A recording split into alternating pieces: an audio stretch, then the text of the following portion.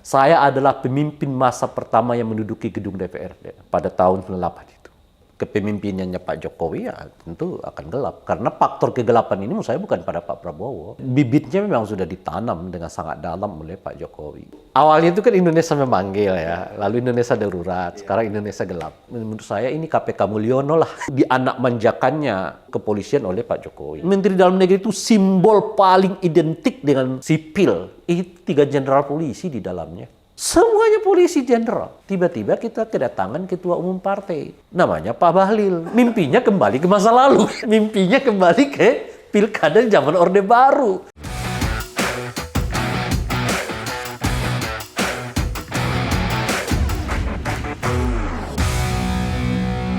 Selamat datang di channel Abraham Samad Speak Up. Seperti biasanya netizen, hari ini saya menghadirkan narasumber yang luar biasa. Ini sahabat kita semua.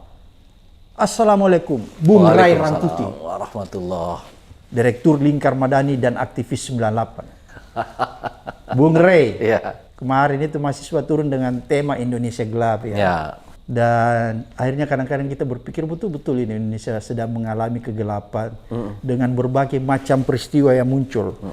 Ada korupsi, mega korupsi Pertamina. Terakhir ya yang Kemudian kemarin juga yang persis tahun baru itu kita dikejutkan dengan pengumuman dari OCCRP. ya. Dan saya lihat pada saat itu kemudian Bung Ray bersama Kang Ubed itu menindaklanjuti tuh. Bersama teman-teman aktivis yang datang ke KPK tuh. Mengkonfirmasi mungkin ya. Nggak melaporkan ulang. Oh malah. Jadi jangan dulu nih, Bung Ray datang dengan Kang Ubed, aktivis 98 itu ke KPK itu dalam rangka apa tuh? Ya melaporkan ulang. Melaporkan? Kan, seperti ditantang Pak Jokowi kan. Oke. Mana buktinya kata Pak Jokowi. Oke. Lalu berselang sehari atau 2 hari setelah itu KPK juga menyebut hal yang sama kan. Laporkan aja kata KPK kan.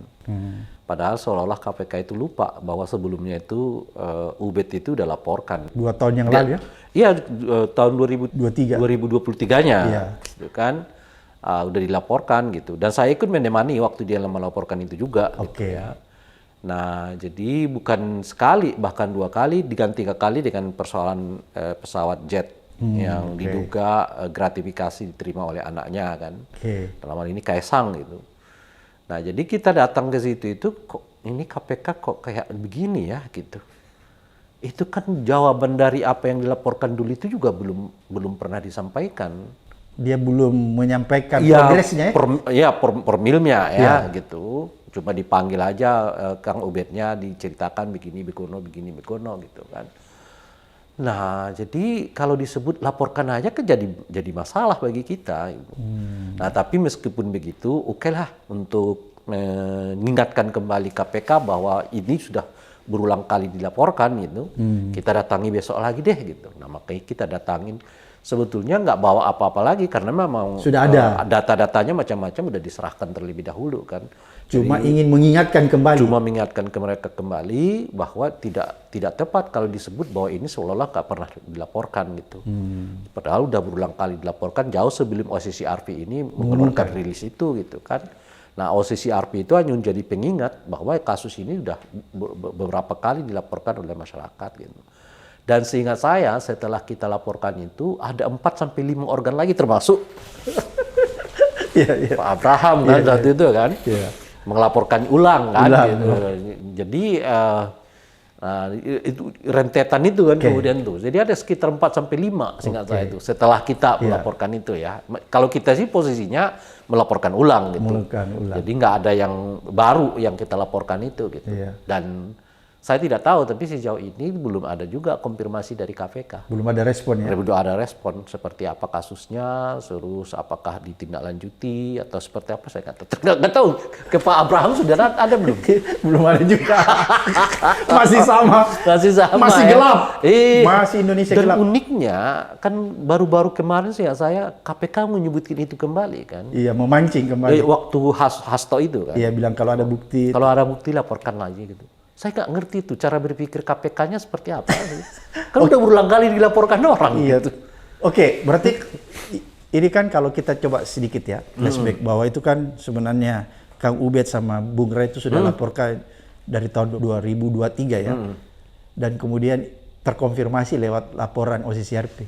Berarti senang juga Bung Rai ya ketika OCCRP memasukkan Jokowi menjadi nominator. Senang itu berarti wah kita nggak memfitnah nih. Iya tentu bukan persoalan senang nggak senang ya. Bukan. Persoalannya makin terbuka masyarakat kita bahwa apa yang sebelumnya dilaporkan oleh Bung Ubed yang kita temanin itu, gitu, itu juga sebetulnya mendapat respon yang cukup luas dari masyarakat Indonesia. Nah cuma memang orang ngerti, orang paham. Dia sedang berkuasa, Anda laporkan ya, jangankan berkuasa, setelah berkuasa pun masih KPK-nya masih kayak seperti sekarang gitu. Soalnya KPK-nya KPK bentukan Pak Jokowi ya. Nah, ya, makanya itu masalah kira-kira ya. Makanya menurut saya ini KPK Mulyono lah. KPK Mulyono ya. jadi ini istilah baru nih netizen. Tanya KPK Mulyono. KPK Mulyono ini. Menarik nih.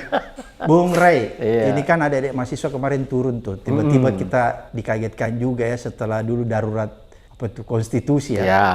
Waktu Indonesia memang Indonesia darurat ya. Kita lihat itu awalnya itu kan Indonesia memanggil ya. Lalu Indonesia darurat, sekarang Indonesia gelap. Ya. Kalau menurut Bung Ray nih, apakah yang dipermasalahkan mahasiswa nih bahwa Indonesia ini betul-betul tidak bisa lagi diharap? Dan ini kan terkonfirmasi nih. Semua persoalan muncul ke permukaan, ada korupsi Pertamina nih yang disidik. Walaupun kita lihat ya yang dijadikan tersangka ini baru teri-terinya ya. 7 orang lebih, semua kelas teri. Padahal kan seharusnya di atasnya bisa ditarik, tapi ini kelihatannya jangan sampai begini Bung Ray. Ini kan kejaksaan kita lihat selalu begini gayanya. Masih ingat kasus BTS? Kan ribut di awal terus tiba-tiba berhenti. Kasus meskipun bagi saya Pak Abram ya sudah lumayan. Dibanding KPK menurut saya kejaksaan ini udah jauh lebih baik. Oke, kita sepakat dalam konteks itu. Itu menurut saya gitu. Masih lumayan. Ada jelas ya? Sampai 1.000 triliun loh. Iya. 270 triliun kasus timah loh. Iya. Ini KPK baru ngejar yang 800 juta. Hanya Asto beraninya ya? Oke. Bung Ray, ini kan kalau kita lihat ya, peristiwa hari ini kan menggemparkan juga bagi kita. Cuman kita melihat kita masih perlu mengawasi nih apa yang dilakukan aparat penegak hukum karena jangan sampai ini hanya ribut di awal. Kemudian banyak lagi peristiwa, ada peristiwa pidato Pak Prabowo yang tiba-tiba hidup Jokowi, kan gitu kan. Ini kan rangkaian peristiwa-peristiwa yang cukup mengagetkan kita semua dan membuat harapan kita menjadi sirna mungkin, menjadi kecil. Tadi kan kita punya harapan nih, bahwa Indonesia gelap ini bisa terang kembali ketika kita nyalakan lilin, kan begitu ya. Tapi setelah banyaknya peristiwa terjadi ini, pertanyaan saya Bung Ray, setelah melihat peristiwa-peristiwa ini, masihkah ada harapan bahwa Indonesia yang gelap ini bisa kita terangkan? Ya tergantung Pak Prabowo. Kalau Pak Prabowo masih seperti kepemimpinannya Pak Jokowi ya tentu akan gelap. Karena faktor kegelapan ini menurut saya bukan pada Pak Prabowo. Oh bukan ya? Bibitnya memang sudah ditanam dengan sangat dalam oleh Pak Jokowi. Saya masih ingat saya 2019 yang lalu di beberapa media pernyataan saya dikutip. Cara kepemimpinan Pak Jokowi ini 11-12 dengan Soeharto saya bilang. Itu dikutip banyak ya? Oleh media. Dan itu tahun 2019 sudah ngomong begitu ya? Itu ya. 11-12 dengan gaya kepemimpinan Pak Jokowi. Dan itu terbukti ya? Apa ciri khasnya itu pemimpinan Pak Harto itu? Pertama, lebih mentingkan fisik daripada ruhani itu. Pembangunan fisik di mana-mana. Demi itu kan dibangunlah istilah stabilitas politik, lalu mereka yang melakukan kritik macam-macam itu dibuka. Kurang lebih kita alami kan zamannya Pak Jokowi setidaknya periode kedua itu kan kerja gitu. Lalu mereka yang mengkritik cari pasal-pasalnya, adukan saja ke polisi selesai. Dibungkam. Nah yang kedua adalah nggak penting tuh cara, yang penting tuh tujuan. Ya kan kalau caranya menghambat ya caranya diubah bukan tujuannya gitu loh. Kan itu yang kita lihat juga di rezimnya Pak Jokowi, undang-undang Omnibus Law ya lahir begitu aja, revisi undang-undang KPK kan mengabaikan semua prosedur pembuatan undang-undang kan, termasuk Mahkamah Konstitusi. Ya sehingga diputuskan harus direvisi oleh Mahkamah Konstitusi kan.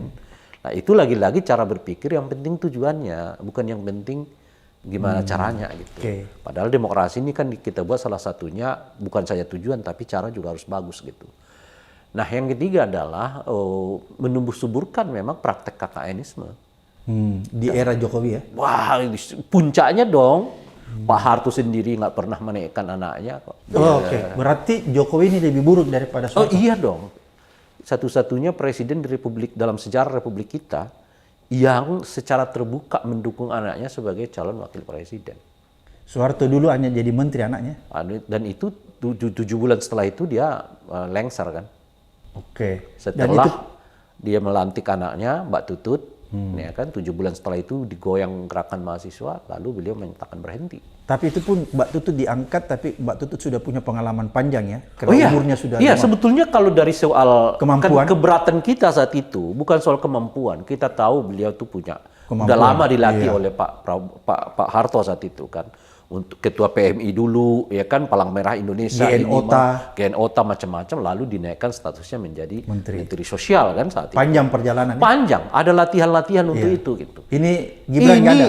Iya jelas ini istilahnya apa ya? Dipompa istilah saya itu. Dikarbit? Dikarbit. Oke. Jadi cuma 1 periode jadi wali kota langsung terus jadi dan lebih tragis lagi karena ngubah undang-undang gitu ya, ngubah ini, ngubah itu yang dan sesuatu yang apa namanya itu ya, yang sangat telanjang lah untuk kita perlihatkan gitu. Nah, yang keempat itu adalah ya mengendalikan kekuatan apa namanya itu pengamanan. Aparat penegak hukum. Bapak penegak hukum ya, termasuk di dalamnya kan ini kan, kalau militerisme sekarang yang diresahkan kawan-kawan mahasiswa itu, ya, bibitnya itu ada di zamannya Pak Jokowi. Jadi pelibatan tentara aktif masuk ke ranah sipil. Termasuk kan, Parcok ya? Oh, Parcok itu kan setelahnya. Okay. Tapi maksud saya sekarang ini ramainya pelibatan militer masuk ke ranah sipil, itu dimulai oleh Pak Jokowi.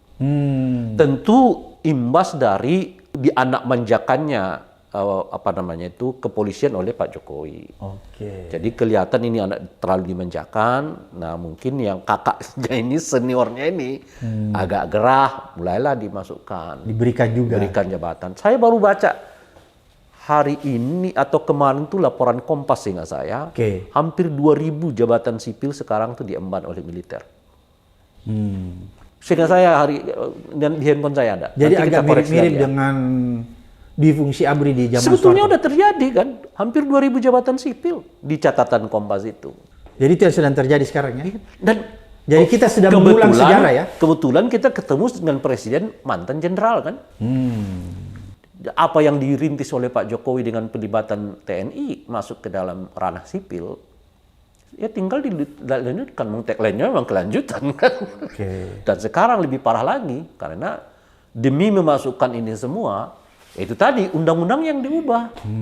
Karena undang-undangnya kan hanya membolehkan di sekitar 8 sampai 10 jabatan sipil yang diemban oleh militer kan, aktif gitu. Nah, sekarang mau diperluas melalui revisi undang-undang TNI itu. Itu lagi-lagi cara berpikir Orde Baru. Yang penting tujuan bukan cara. Jadi kalau tujuannya apa? Tujuannya melibatkan sebanyak mungkin militer masuk ke ranah sivil. Tapi undang-undang kan cuma membatasi, undang-undangnya diubah. Kira-kira. Itu cara berpikirnya. Termasuk juga melibatkan aparat kepolisian untuk jabatan-jabatan sipil. Ini yang misalnya ini yang baru. PJ ya? Ya ini yang baru nih. Lebih khas dari Jokowi dari Pak Harto itu adalah menonjolkan fungsi kepolisian di luar tupoksinya sebagai alat pengamanan, ketertiban dan juga penegak hukum. Apa itu? Penegak politik. Jadi itu semakin terlihat ketika pemilu kemarin ya?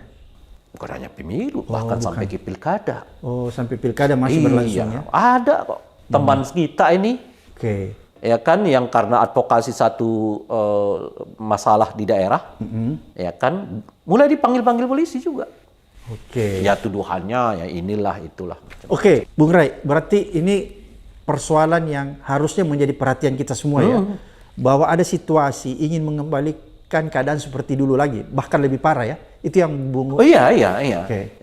Tapi ini semua dimulai ketika rejim Jokowi. Iya, Oke. sebetulnya bibitnya itu sudah ditanam sangat dalam istilah saya. Oke. Dengan cara apa Pak Jokowi tanda kutip ya menghipnotis lah. Kita semua. Ya sehingga tidak ada yang menyadari bahwa ini sebetulnya kita tengah menuju ke jurang kehancuran demokrasi itu. Oke. Ya dengan tingkat kepuasan yang terus-menerus diolah itu. Dan tingkat kepuasan diolah dengan cara bansos ya. Iya. Itu makanya saya kalau yang kemarin itu agak keras saya kritik kan. Yang saya mau katakan kepada kawan-kawan surveyor ini kan. Oke. Apa yang kalian mau ceritakan dengan tingkat kepuasan itu? Di tengah satu militerisme makin kuat. Ya, ada persoalan kepolisian. Bla bla bla bla. Apa sumbangsih tingkat kepuasan itu bagi semua perbaikan Republik?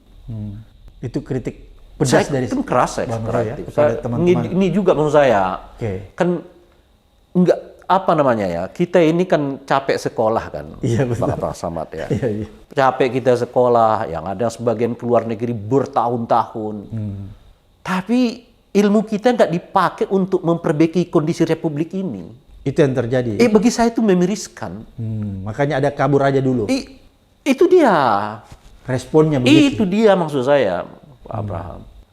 Ngapain kita sekolah panjang-panjang jauh-jauh? Kita tahu ini salah kok, kita tahu ini buruk. Tapi hanya kita layani dengan cara survei aja.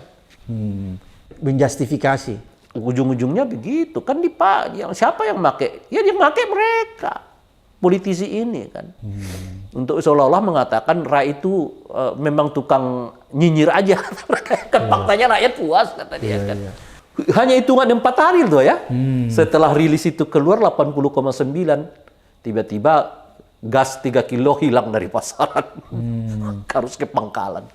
Kan kita udah tahu polanya. Makanya saya katakan polanya udah kebaca kok. Asal mau survei, ya, kalau konteks yang kemarin itu MBG-nya jalankan. Bansosnya jalankan, lalu survei. Supaya orang merasa puas. Tentu sendirinya bangsa Indonesia ini Pak Abraham. Ya kan, jangankan dikasih 10, dikasih 2 aja dia terima kasihnya luar biasa kok. Udah dikenal bangsa Indonesia sebagai bangsa paling dermawan di dunia. Cuma untuk sekedar mengucapkan terima kasih, aduh. Iya. Kita dikangkangi Pak Abraham Samad ya. Kita ini 30 tahun oleh Orde Baru. Iya kan? Katakanlah misalnya 5 tahun, 10 tahun di era Pak Jokowi, tetap aja bangsa ini berterima kasih kepada mereka. Itu mungkin salah satu faktor ya, mengapa kita agak lambat nih maju. Karena di mata kita itu pemimpin nggak pernah salah. Kita mudah memaafkan ya, kira-kira begitu. Kita mudah memaafkan. Dan mudah melupakan kesalahan. Dengan sendirinya. Karena kita bangsa paling dermawan. Jadi kalau cuma ditanya, apakah kamu puas dengan pemerintah yang sekarang? Aduh, cepat sekali jawabannya puas. Karena memang kita nggak punya tradisi menyebut orang buruk kan. Oke. Jadi itu kondisi sosiologis kayak begini juga menurut saya nggak lagi tepat untuk melihat respon publik terhadap satu pemerintahan. Karena ketika kamu tanya saat orang itu lagi makan, kamu senang nggak sama orang yang kasih makan? Dia pasti kasih jawaban senang. Itu sosiologis kita. Bangsa ini bangsa yang sangat cepat mengucapkan terima kasih. Kita ini Pak Abraham ya, setelah semua peristiwa ini terjadi, kita ini yang begini tetap aja disebut tukang nyinyir macam-macam. Padahal anak abah lah inilah macam-macam, sakit hati, nggak dapat jabatan. Iya. Aduh, kalau soal jabatan, 99 udah berulang kali kita ditawarin masuk ke pemerintah. Kan? Saya nggak mau, Fahri Hamzah mau. Ya kan? Rama Pratama mohon maaf mau. Saya enggak menolak. Saya mau kuliah dan saya mau berbakti. di NGO, di KIP kan saya saat itu Pak. Dan tahun 99 itulah. Ya, kita optimal sekali melakukan pemantauan sebelumnya tahun 97. Karena apa Pak Abraham? Karena tanya Bung Ubed. Saya adalah pemimpin masa pertama yang menduduki gedung DPR. Luar biasa. Pada tahun 98 itu. Jadi ribuan mahasiswa saya bawa dari Ciputat untuk kali pertama menduduki gedung DPR itu. Nah setelah itu berdatanganlah mahasiswa dari mana-mana. Ibarat kata saat itu, saya sangat viral di elit-elit ini gitu loh Pak. Kalau zaman dulu viral ini. Viral, ibarat zaman sekarang masanya kan viral ya. Iya, di zaman itu saya sangat viral sekali. Dan wawancara saya dengan TVRI, hampir setiap setengah jam itu diputar. Iya. Kebetulan statement saya itu sesuai dengan mungkin ya keinginan redaksi atau apalah istilahnya. Saya mengatakan saya menerima Habibie itu sebagai presiden transisional. Apa artinya? Artinya Presiden Habibie punya kewajiban untuk segera mungkin melaksanakan pemilu untuk menetapkan presiden definitif, saya bilang. Jadi saya berbeda dengan Adian Napitupulu. Karena Adian saat itu menolak Habibie sebagai presiden dan dia mengatakan harus ada Dewan Presidium. Atau bertolak belakang dengan kawan-kawan Islam kanan yang menerima Habibie sebagai presiden 5 tahun. Ya, nah saya mengatakan presiden transisional. Dan itu didengar oleh Pak Habibie. Dan itu jadi viral. Iya, kan didengar Pak Habibie, lalu Pak Habibie mengatakan, oh iya, kita akan buat 1 tahun setelah saya berkuasa pemilu, lalu menunjuk almarhum Nurcholish Madjid sebagai pemimpin yang melakukan verifikasi partai politik peserta pemilu.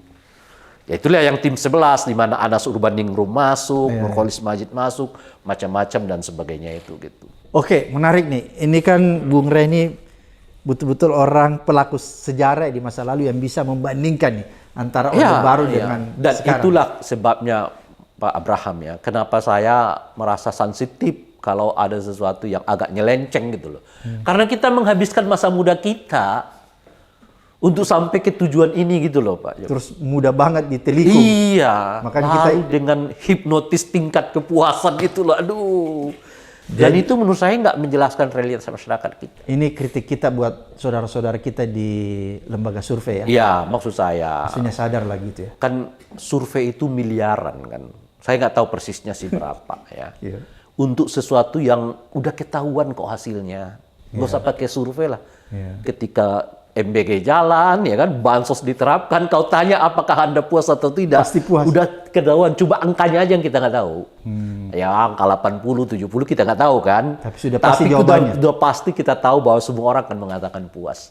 Dengan kultur Indonesia yang sangat mudah, sangat dermawan ini kan. Nah, ngapain ngabisin uang untuk itu?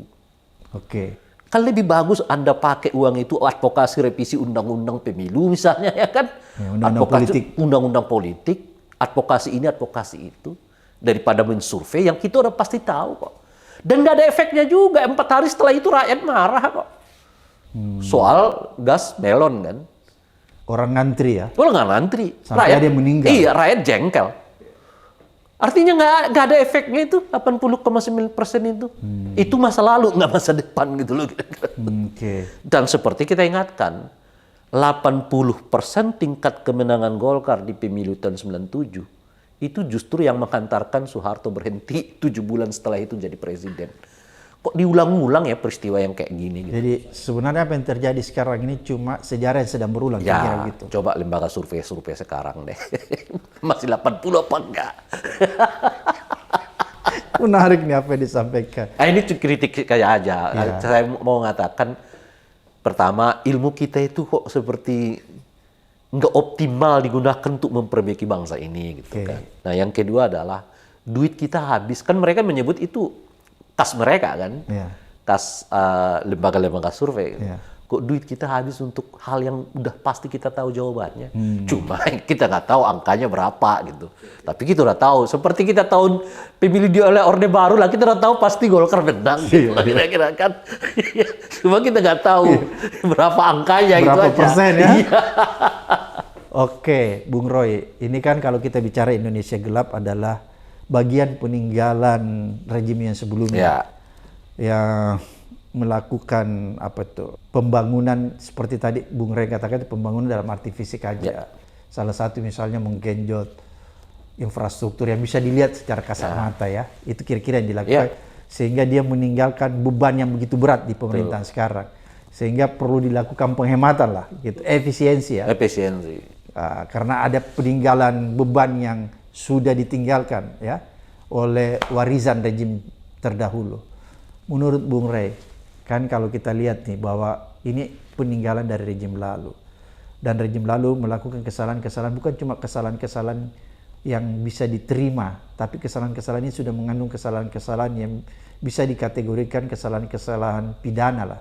Seperti tadi Bung Rey katakan, datang ke KPK, bukan cuma Bung Rey, kelompok masyarakat melaporkan keluarga Jokowi dan lain-lain sebagainya. Oleh karena itu ada desakan yang kuat tuh untuk mengadili Jokowi. Menurut Bung Roy, apakah harapan itu tetap ada? Ya, kalau melihat kondisi sekarang ini yang Bung Roy katakan ini kan keberkelanjutan, bahwa rejim sekarang ini adalah kelanjutan dari rejim lalu. Adakah harapan untuk memperbaiki negeri ini dan kemudian bisa mengadili pemerintahan sebelumnya melakukan kesalahan? Karena kan begini Bung Roy, ada tradisi di negeri kita. Kalau tadi Bung Roy bilang, kan masyarakat kita ini mudah memaafkan, mudah mengucapkan terima kasih, kan? Dan mudah melupakan kesalahan orang. Kalau kita lihat dari analisis itu, maka kita khawatir jangan-jangan juga rakyat ini akan melupakan kesalahan Jokowi dan pada akhirnya memaafkan. Dan kalau itu terjadi berarti negara kita ini tidak pernah bisa memperbaiki dirinya. Karena kan kita belajar dari masa lalu bahwa kita tidak pernah berhasil membuat sebuah pemerintahan yang betul-betul baru. Kan begitu Bung Rey? Kalau kita lihat kenapa sekarang angka korupsi kita tinggi, karena memang kita tidak pernah melakukan perubahan yang fundamental kan. Apakah menurut Bung Rai, kalau misalnya ternyata lagi-lagi kita tidak berhasil atau kita tidak mampu untuk mengadili mantan presiden kita, maka negeri ini tidak akan pernah baik. Ya itu yang gelap itu. Gelap terus ya? Iya, gelap. Makanya kan kali ini kita agak ngotot. Oke. Ya, kenapa gitu? Karena kalau kita nggak punya peristiwa di mana pemimpin mempertanggungjawabkan kesalahan-kesalahannya. Ya, kelakuannya lah. Kelakuannya. Kan selama menjabat ya. Di luar tentu politik ya. Kalau politik itu kan mekanismenya pemilu kan. Tapi ya kelakuan soal harta kekayaan bagaimana, ya kan, kemudian soal orang yang ditahan tanpa katakanlah dengan proses hukum yang seadanya, ya, macam-macam dibungkam dan seterusnya itu gitu.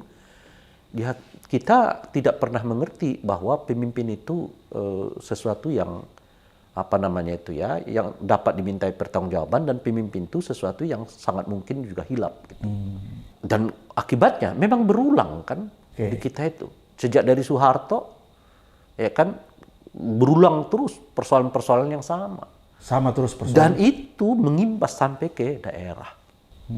Apa imbasnya ke daerah itu? Daerah itu yang saya sebut Pak Abraham ya. Di Republik ini nggak akan kamu temukan pemimpin yang gagal. Mau di level manapun, semua pemimpin kita itu sukses. Dianggap berhasil. Kenapa berhasil? Karena dia buat ukurannya sendiri. Bukan ukuran publik. Jadi ukuran keberhasilan pemimpin di negeri ini adalah ukuran yang ia buat sendiri, lalu ia ingin publik mengikut ukuran dia. Dan publiknya memang umumnya ikut. Itu yang terjadi ya? Itu yang terjadi. Jadi di Republik ini nggak ada pemimpin gagal, nggak ada pemimpin yang sukses. Kalau ada yang mengatakan gagal dan sukses, yang keliru adalah mereka, bukan pemimpin ini. Nah, makanya yang keliru ini, kita ini gitu loh Pak Abraham Samad. Kita dianggap keliru ya? Kita yang dianggap keliru. Kok nganggap Jokowi itu nggak sukses, gimana ceritanya gitu loh kira-kira. Karena ukuran dan standarnya mereka ubah. Ayo dong transparan. Saya udah sangat transparan. Ayo dong dialog. Saya sudah dialog. Ayo dong anti korupsi. Gimana nggak anti korupsinya saya? Tapi itu semua berdasarkan ukuran yang ia buat sendiri. Jadi bukan standar yang kita sepakati bersama.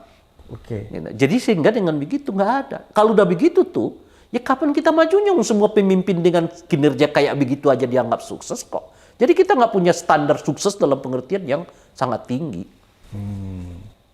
Dengan kondisi kayak Pak Jokowi itu aja, mohon maaf, 100 hari baru Pak Prabowo bekerja, tingkat kepuasannya udah 80,sekian%. Gimana kita mau nyebut Pak Prabowo bisa gagal? Faktanya, ya seperti yang kita lihat hari ini kan.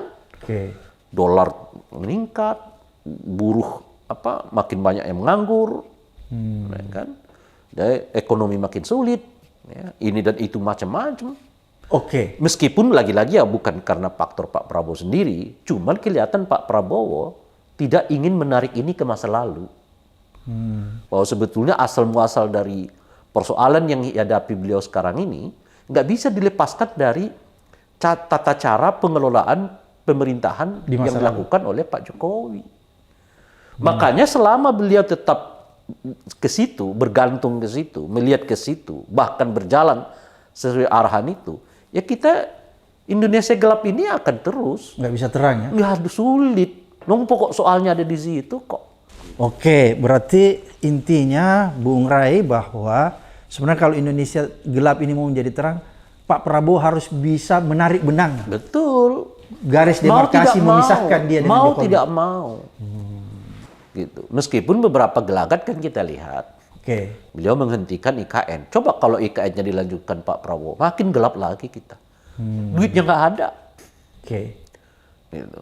Nah, model pengelolaan apa namanya itu yang bersifat sebut saja infrastruktur macam-macam digenjot habis-habisan Pak Prabowo misalnya. Gitu. Lu duitnya kita nggak punya. Kan kesulitan kita yang paling utama itu kan industri kita nggak tumbuh. Satu-satunya sumber kekayaan negara kita ini adalah sumber daya alam yang hari demi hari makin sedikit kan. Itu pun dirampok. Itu pun dirampok sedemikian rupa. Tidak ada masuk ke negara. Nggak ada mak, sedikit. Oke Bung Roy, karena adanya kondisi ekonomi yang begitu buruk, peninggalan dari masa lalu, ibaratnya kata Bung Rai, kita tidak Pak punya duit Abraham, lagi. bukan hanya ekonomi loh ya. Oke, Kan ekonomi satu hal. oke, semua ya. Kan ini akan berhubungan dengan fisik bangsa kan. Oke. Yang ruhaninya juga kita mengalami hal yang sama. Pemerosotan di bidang kebebasan hak asasi manusia, ya, kebebasan berpendapat, ya kan. Lalu apa namanya itu ya, demokrasi kita. Ini pilpres dengan pilkada yang terburuk Oke, sepanjang yang saya ikutin Dan amati. sejak tahun 97. ya kan, 97 saya mulai aktif kan mengikuti pemilu. kan Bung Rai ini kan dulu bekas KIP kan. Ya itu dia. Jadi ini yang terburuk. Ini terburuk. Ya, 2004 pilpres pileg terburuk, Oke, pilkada terburuk juga yang pernah kita alami. Merosot semua tuh. Standar-standar yang mestinya kita penuhi, jauh di bawah standar itu, alih-alih kita meningkatnya ke level yang lebih tinggi. berarti kalau begitu bahwa demokrasi kita semakin dijunjung jurang ya. Sebetulnya yang paling menakutkan itu demokrasi. Tapi kan karena ekonomi kita juga lagi juga turun begini nih, ya semua fokus kita ke ekonominya. Padahal demokrasinya Waduh, kalau ekonominya begini, demokrasinya udah di sini nih. Turunnya gitu kan, dari sini kan turun segini. Oke. Demokrasi dari sini turunnya ke sini. terjun bebas. berarti. Itu gejala militerisme muncul di mana-mana. Ya, Menteri Dalam Negeri 2-3 jenderal di situ, Pak. Namanya Menteri Dalam Negeri. Itu kan simbol dari sipil. Menteri Dalam Negeri itu simbol paling identik dengan sipil. Itu 3 jenderal polisi di dalamnya. Menteri Pertahanan aja sekarang dipakai orang sipil kok. Lah ini Menteri Dalam Negeri itu simbol paling tinggi dari negara demokrasi berwatak sipil. Ya itu Menteri Dalam Negerinya. 3 3 jenderal. polisi. 1 Pak Tito, kedua Dirjen, ya, yang ketiga Sekjen. Semua polisi. Semuanya polisi jenderal. Parcok ya. Yang sipil dan sekolah cuma wamen, Bung Bima. mantan ini ya, Pak, wali kota Bogor itu. Oke, Bung Rai ini kan keadaan sangat memprihatinkan kita Iya, ya. iya. Kalau kita bicara kondisi ekonomi, sosial dan lain sebagainya. Dan diperparah tadi yang Bung Rai katakan, negara sekarang ini kan tidak punya duit. Makanya pemerintahan Prabowo ini mengeluarkan impres, efisiensi, penghematan di segala bidang.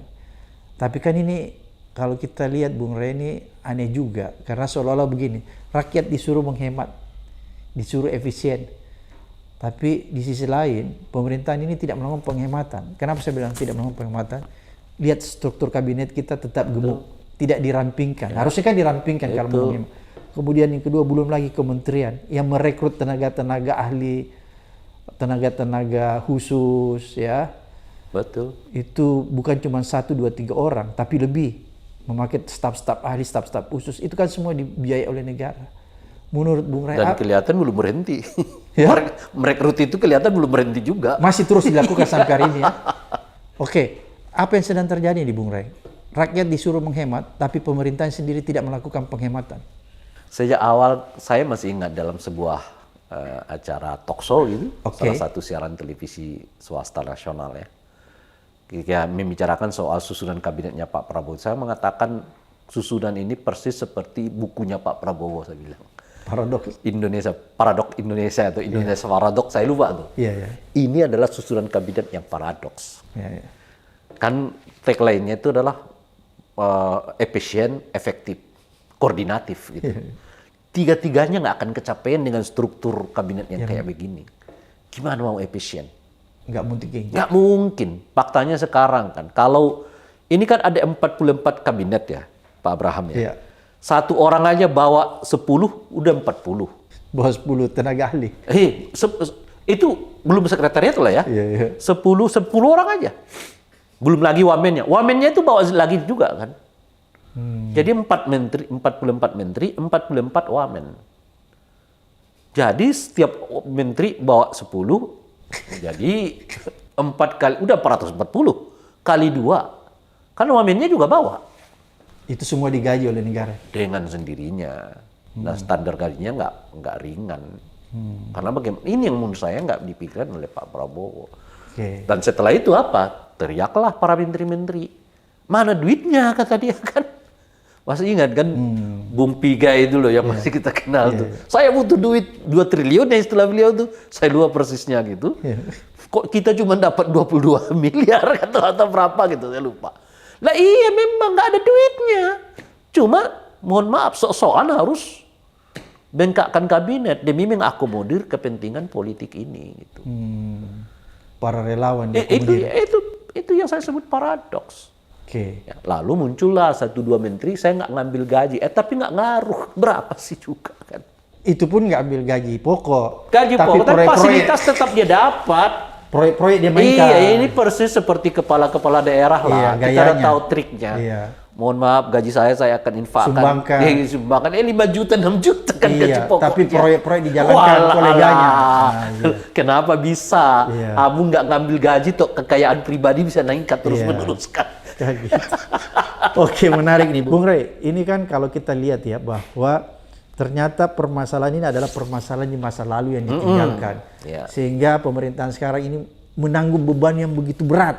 Sehingga dia harus melakukan sesuatu langkah-langkah yang konkret termasuk di dalamnya efisiensi penghematan.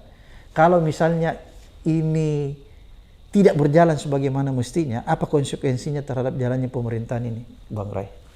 Syukurnya ya Pak Abraham ya, kan kalau di zaman kita itu dulu itu orang mahasiswa kita itu mungkin karena kekurangan informasi ya, agak lambat panasnya gitu.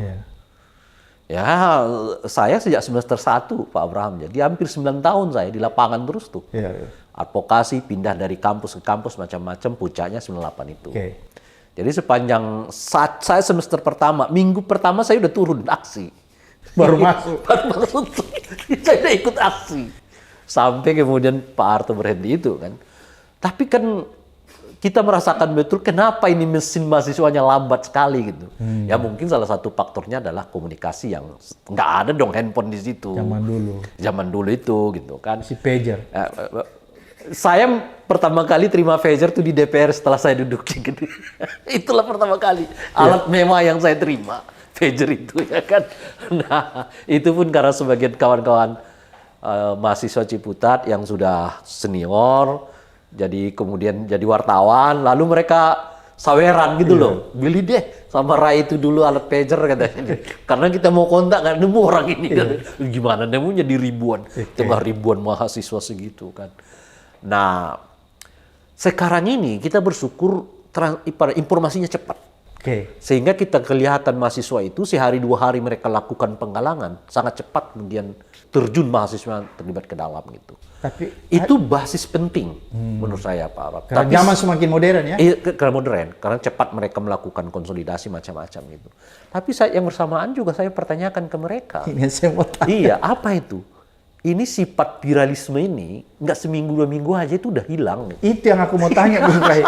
Bahwa kenapa dia cepat konsolidasi, cepat bergerak tapi cepat hilang. Hilang. Apa kira-kira menyebabkan? Iya, saya kira enggak juga ya. Enggak, ya. Mungkin ya saya nggak tahu persisnya apa. Cuma kalau lihat beberapa adik-adik mahasiswa lah ya kita sebut begini. Ya, nih. kan masih berinteraksi kan? Iya. Apa itu penyebabnya kira-kira?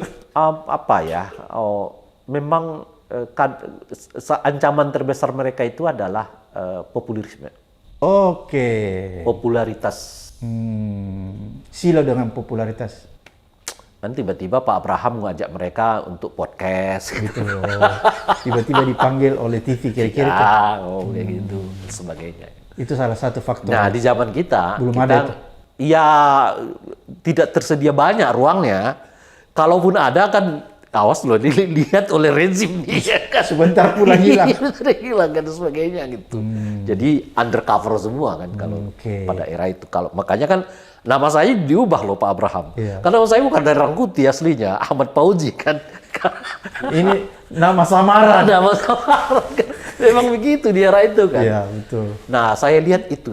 Jadi ada semacam Perubahan ya. Iya itu tadi tantangan terberat mereka itu menghadapi kenaikan nama itu, popularitas itu gitu.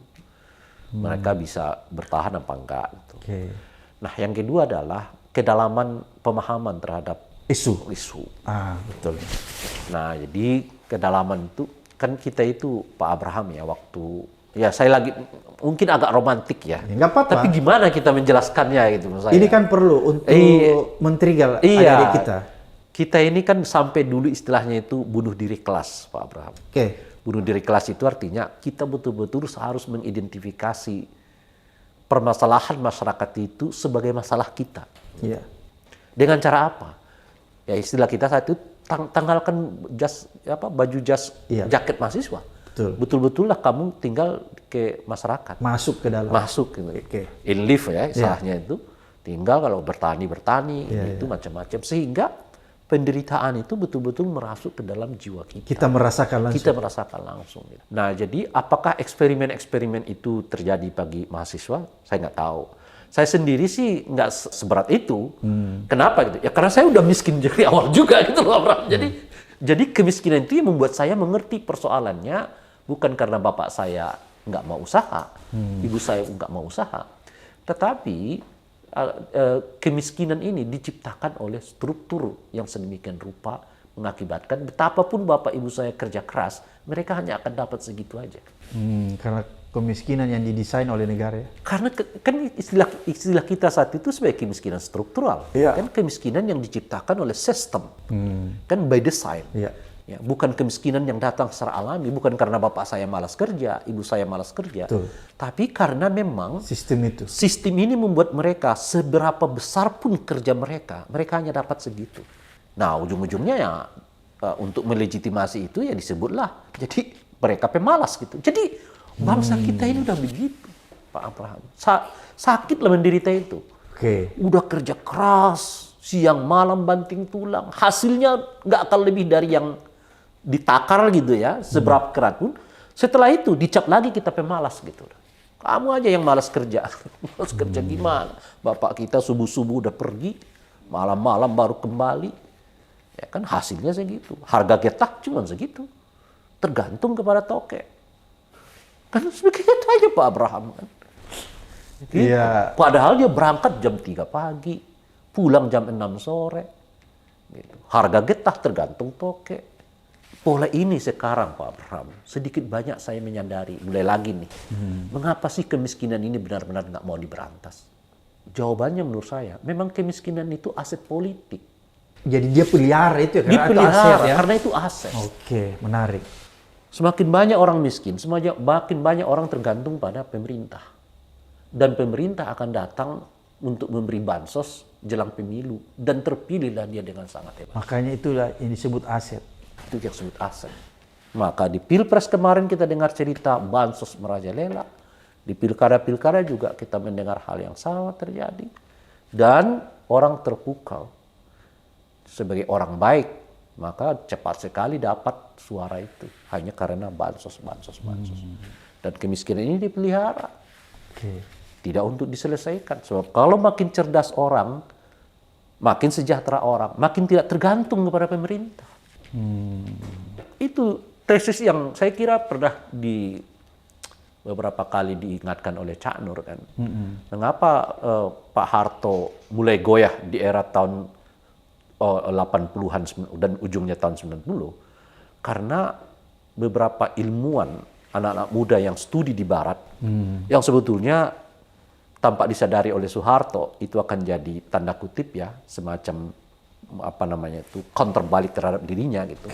Yang diperbolehkannya sekolah ke luar negeri seperti generasinya almarhum Nurholis Majid pulang ke Indonesia lalu mengajarkan tentang teori-teori demokrasi, mengajarkan tentang teori-teori independensi publik macam-macam, dan itu diserap oleh mahasiswa dengan sangat cepat, dan itulah salah satu akar dari kritisisme ya mahasiswa terhadap Pak Harto yang membuat dia jatuh tahun 99 itu, 98, 97 itu. Artinya apa? Pendidikan makin bagus, ekonomi makin bagus, orang makin nggak tergantung pada pemerintah. Kalau nggak tergantung pada pemerintah, ya bansos nggak berguna. Orang kan kritis. Oke, Bung Ray. Apakah kondisi yang tadi Bung Ray ceritakan itu sekarang ini bisa terjadi lagi? Oh, tahun 2004 lalu kan yang Mahkamah Konstitusi, mohon maaf, enggan mengakuinya gitu. Gini, ini kan tadi bahwa kelas menengah yang mendorong mahasiswa itu, mendorong segenap masyarakat untuk mau melakukan perubahan sehingga terjadilah 98 kan? Iya. Apakah kondisi itu tidak tercipta sekarang ini? Ada, tapi menariknya sekarang ini saya lihat Pak Abraham ya, nggak terlalu banyak pilihan lagi. Mungkin beda di zaman 80-an, 90-an, karena pilihan mau jadi apa itu banyak sekali. Di zaman itu, gitu. Jadi kan kalau misalnya nggak usah jadi pegawai pun kita nggak apa-apa, nggak usah jadi politisi pun kita nggak apa-apa, jadi akademisi macam-macam. Sekarang ini sektor utamanya adalah negara. Gitu. Duit kita ini, Pak Abraham, bayangan saya bukan ekonom ya. Cuma kalau saya lihat nih, duit berputar ini hanya tergantung pada dua aspek. Pertama aspek dari sumber daya alam, orang semua pengusaha kan ke sana nih. Eksplorasi tambang ya, batu bara lah, emas lah, macam-macam dan sebagainya. Jadi misalnya tadinya pengusaha pakaian pindah ke situ. Pindah ke situ semua sekarang nih. Ke sumber daya alam. Sumber daya alam. Dan yang kedua adalah uang negara.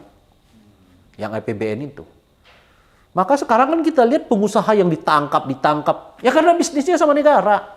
Yang pemerintahnya korup gitu loh. Contohnya kasus Pertamina. Semua.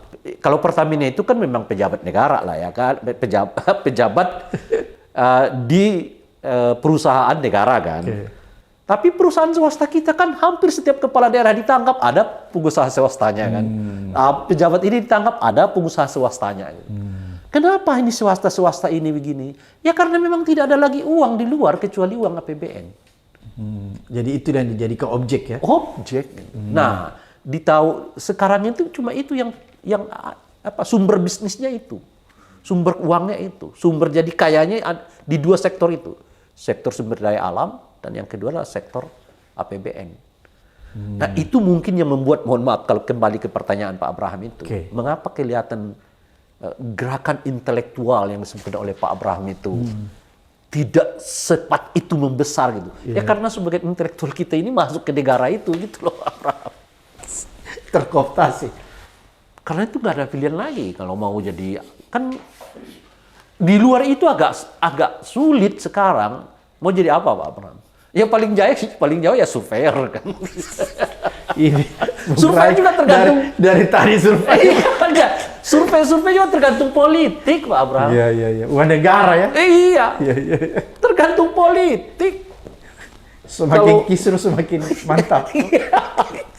Kalau ini nih isu soal pilkada langsung ini dan pilkada tak langsung, kan sebetulnya yang paling banyak akan dirugikan kalau di aspek ekonominya loh ya, itu survei. Jadi mereka pasti maunya tetap bisa bangkrut kalau pilkadanya tak langsung Pak Pram.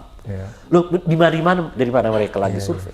Tapi sekalipun sebetulnya ancaman dapurnya ke mereka paling tinggi nih, tapi mereka nggak ada yang mau bersuara. Itu yang saya sebut tadi. Daripada lu paham. kasih duit ini untuk survei yang kita udah tahu hasilnya apa, lu lebih baik advokasi supaya nggak ada pilkada tak langsung. Paham aku. Itu yang saya maksudkan tadi, Pak Abraham. Jadi itu yang sedang terjadi ya? Itulah, kalau pilkada ini nanti ditarik jadi tidak langsung, yang pertama kali kehilangan sumber keuangan itu ya dirimu gitu loh. Lembaga survei. Lembaga survei dari mana lagi mereka? Nggak perlu lagi survei kan nanti kalau DPRD yang milih, iya kan? Tapi apapun yang terjadi kita tetap harus mengadvokasi supaya demokrasi pemilihan langsung itu tetap dilaksanakan. Kalau itu sudah jelas. Ya, Karena itu harga mati ya bagi kita. Bukan saja itu karena bagian dari apa namanya itu ya semangat reformasi, Ya. tapi itu juga bagian dari yang dipikirkan oleh para pendiri bangsa kita, Pak Abraham. Oke. Jadi kalau kita baca Undang-Undang Nomor 1 Tahun 75, udah dinyatakan di bab penjelasan itu, sebab dan karena semua kepala daerah itu mestinya harus dekat dengan rakyat, dikenal rakyat. Ya, oleh karena itu harus juga dipilih oleh rakyat secara langsung. Nah, hanya saja pada tahun itu tentu infrastruktur untuk pilkada langsung itu jauh dari harapan. Oleh karena itulah dipilih oleh DPR. Tapi semangat awalnya sudah dikatakan tuh harus dipilih secara langsung. Makanya saya mengatakan berulang kali bahwa pilkada langsung itu bukanlah idenya para mahasiswa, bukan. Itu ide para pendiri bangsa yang kemudian ya kan diputarbalikkan oleh Orde Baru dengan melanggengkan pemilihan melalui DPRD. Makanya kan saya sambil dulu ya para pendiri bangsa kita itu memikirkan Indonesia itu 400-500 tahun ke depan gitu. Visioner ya. Visioner sekali.